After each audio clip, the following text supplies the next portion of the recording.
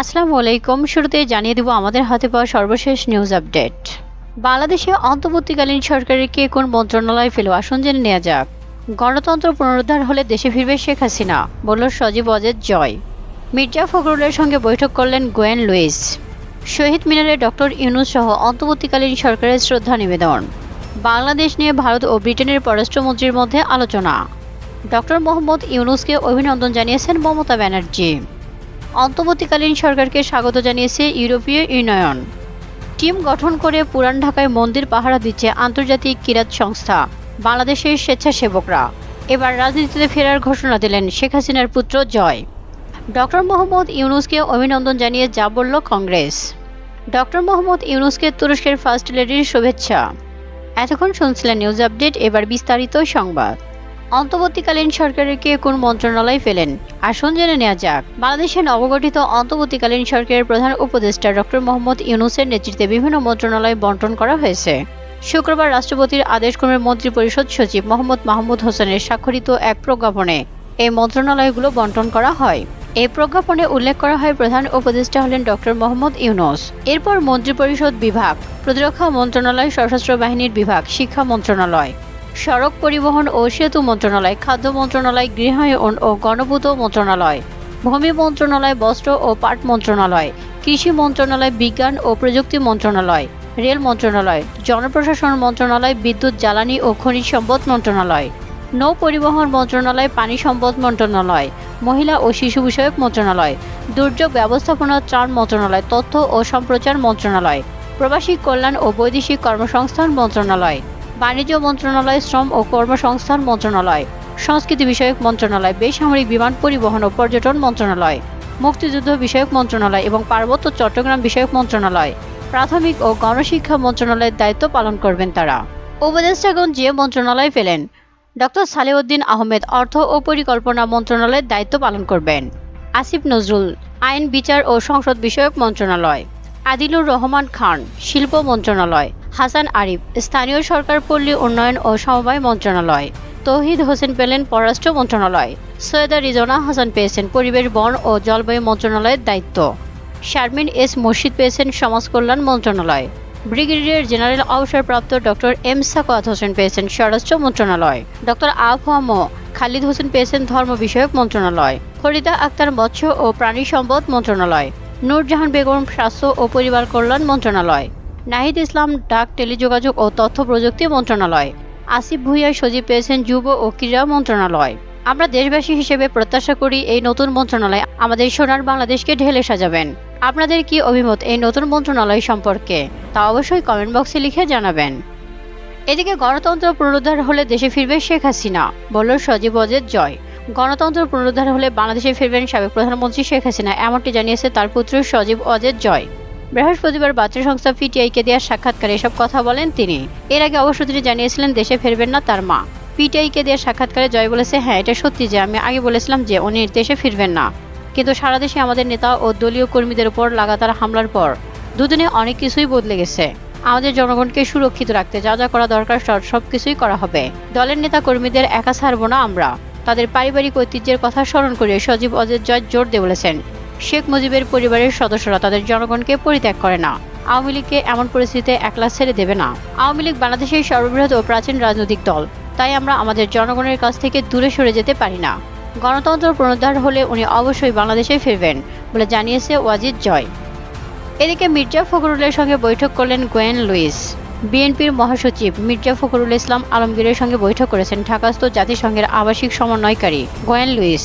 বেলা 11টায় Gulshan chairperson অফিসে বৈঠক অনুষ্ঠিত হয়। আর এ তথ্য নিশ্চিত করেছে বিএনপির মিডিয়া সেলের সদস্য শাইরুল কবির খান। এ সময় উপস্থিত ছিলেন বিএনপির স্থায়ী কমিটি আন্তর্জাতিক বিষয়ক কমিটির সদস্য আমির খসরু মাহমুদ চৌধুরী, সাংগঠনিক সম্পাদক ও ঢাকাস্থ জাতিসংঘের মানবাধিকার বিষয়ক বিশেষজ্ঞ হুমা খান।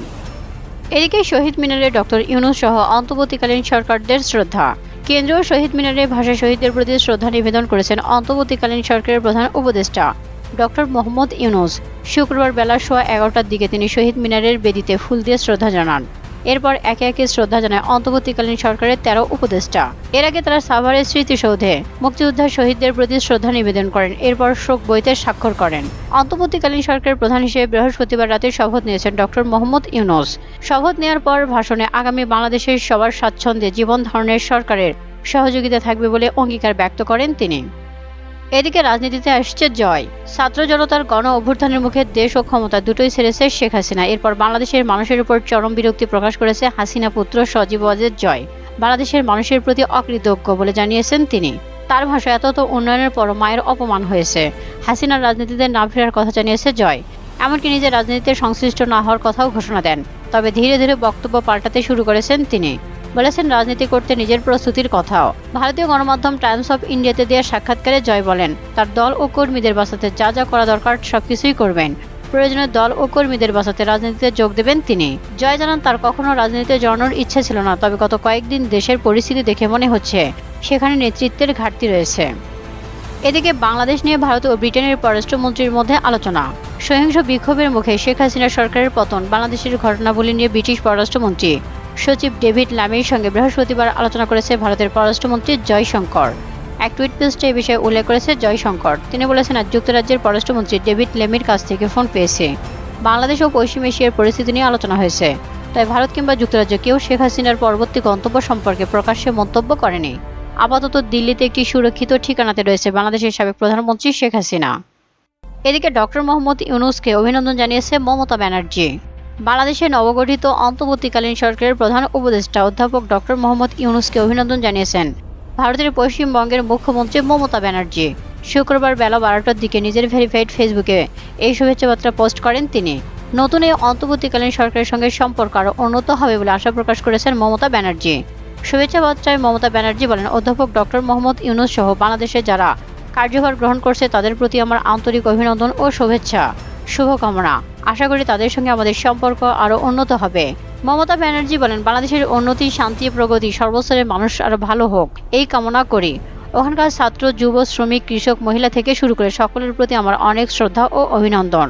খুব শীঘ্রই সংকট কেটে শান্তি ফিরবে বলে আশা প্রকাশ করেন তিনি।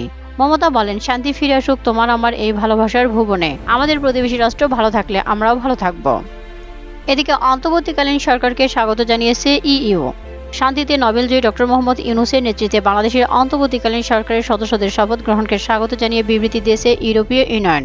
বাংলাদেশে এখন ক্রান্তিকাল চলছে উল্লেখ করে অন্তর্বর্তীকালীন সরকারের সবচেয়ে জরুরি কাজ হবে গণতান্ত্রিক পরিবেশে নির্বাচনের আয়োজন এবং সাম্প্রতিক আন্দোলনে সহিংস ও হতাহতের ঘটনার জবাবদিহিতা নিশ্চিত করা, দেশের জনগণ ও তরুণ সমাজের আশা আকাঙ্ক্ষা পূরণ করা এবং গণতান্ত্রিক পরিবেশ সৃষ্টি করার জন্য এই শপথ গ্রহণ গুরুত্বপূর্ণ একটি মুহূর্ত।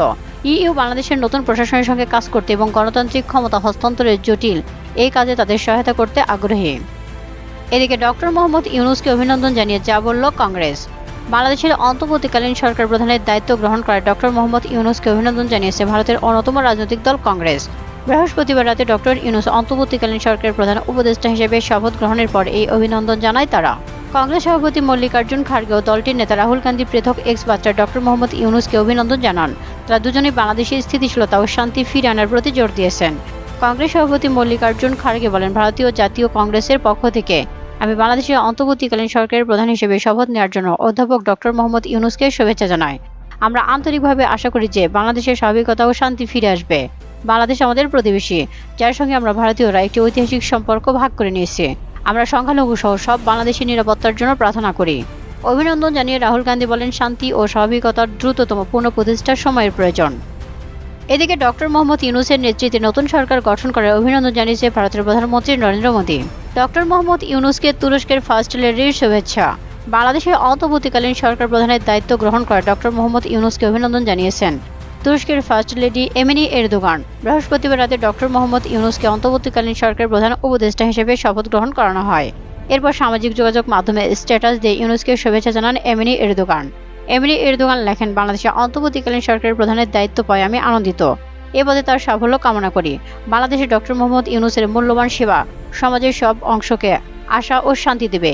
এই উপলক্ষে আমি বাংলাদেশের বন্ধুত্বপূর্ণ ভাতৃপ্রতিম জনগণকে তাদের সমৃদ্ধি ও মঙ্গলের জন্য আমার আন্তরিক শুভেচ্ছা জানাই। এদিকে টিম গঠন করে পুরান ঢাকায় মন্দির পাহারা দিচ্ছে আন্তর্জাতিক কিরাত সংস্থা বাংলাদেশের স্বেচ্ছাসেবকরা।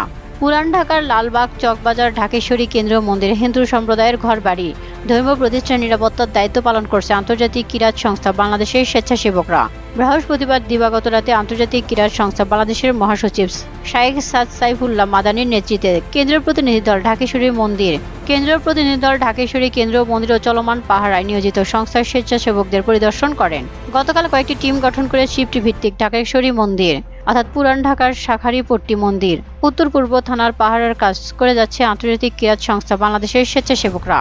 এর আগে সোমবার ছাত্র জনতার গণবিক্ষোভ ও গণ আন্দোলনের মুখে আওয়ামী সরকারের পতন হওয়ায় স্বাভাবিক জনজীবনের স্বস্তি ফিরিয়ে আনার লক্ষ্যে দেশের বিভিন্ন জায়গায় বিশেষ করে যাত্রাবাড়ি উত্তরা মতিঝিল লালবাগ এলাকায় ট্রাফিকের দায়িত্ব পালন করে আসছে কেন্দ্রীয় দায়িত্বশীল এই স্বেচ্ছাসেবকরা।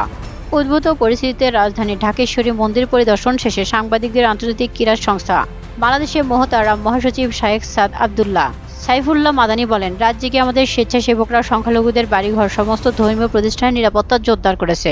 পরিস্থিতি স্বাভাবিক হওয়া পর্যন্ত আমরা এই কার্যক্রম চালিয়ে যাব ইনশাআল্লাহ।